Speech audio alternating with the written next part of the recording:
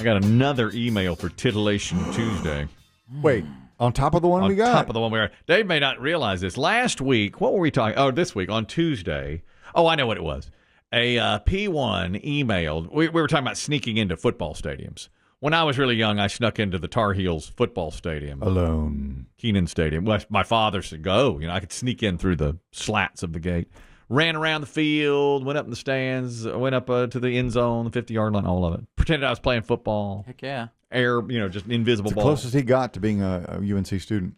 Or a big-time college football player. Yeah. Wow. Exactly what I wanted to be. Man, if I go back in time, I think I'd train really hard to be a football. I bet I could throw this football over those mountains. Man. Anyhow, can't go back. Want to, can't.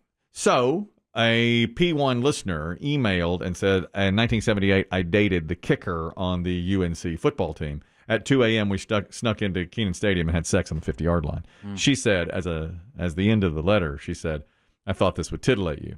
And it did.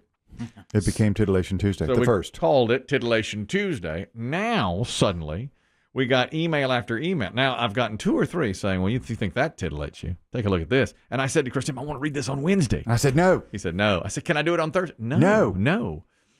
I said, Titillation Tuesday. I said, can we call it Freaky Friday? No. It is Titillation Tuesday. And I now have 2 titillating emails to read on Titillation Tuesday. This is going to be a thing, Dave. Turning into a segment, isn't it? It's turning into a Top segment. of the second hour? Yes. Oh, this is, yeah. Yeah, right as you arrived, Dave.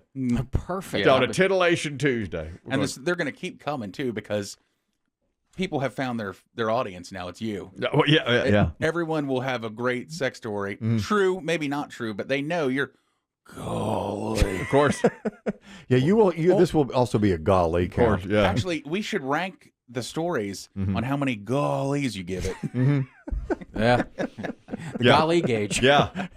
The golly gauge, Gauge on a on Titillation Tuesday. Yeah. Can we sponsor that too? The gauge. The golly gauge. Oh, I'm sure we can. Golly. It's not how many, but how. Golly. The length? How long. Golly. Who could sponsor that? Like a Sylvan Learning the Center? golly. A learning center? Yeah. Yeah.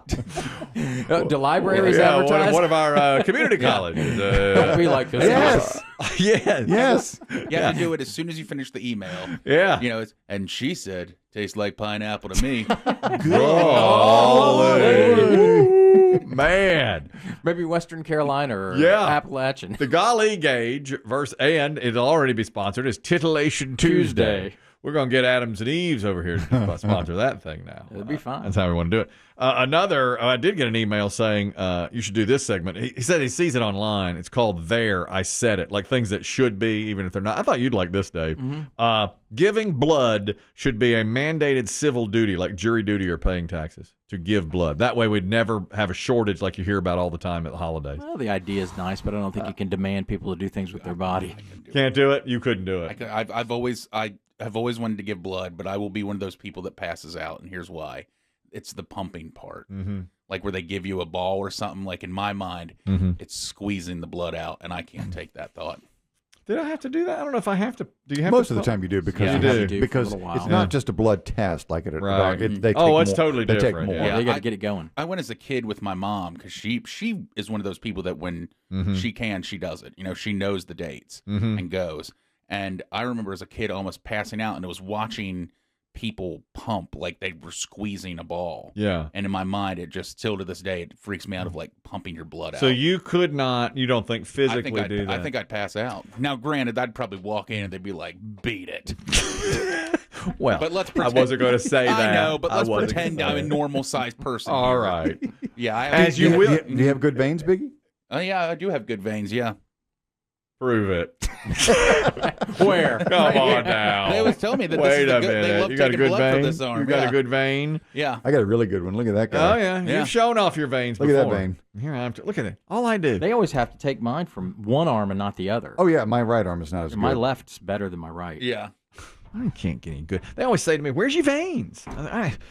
I'm working out left and right trying to get good veins. You're so vain. Very difficult. Ironically. Yes. Yeah. Well, the person who wrote this is an online thing, said, this is it. This is my thing. I've said it. Twice a year, every year after you turn 18, you must give blood. Then you'd never have to hear the Red Cross beg during the summertime for blood. They always say the need is urgent. I mean, they always. do. And this kind I believe the need is urgent. And in the summer apparently it's the worst because people don't give as much in the summer. But we have a former colleague who's donated 50 times. Oh yeah. I think as of last week, it was his 50th impressive donation. It's very impressive. My father donated hundreds of times. He used to do it all the time. And he had something about he was like the universal donor. So they really wanted his. What is that? O positive? Yeah. I thought it was O positive. Yeah, or I think O. Whatever he was, it was a big deal, and they liked it when he gave blood. So you don't think you can force people to do things like that with their bodies? Though? No, I mean it's a great idea. And Try that with the. You didn't say that when the vaccine came out.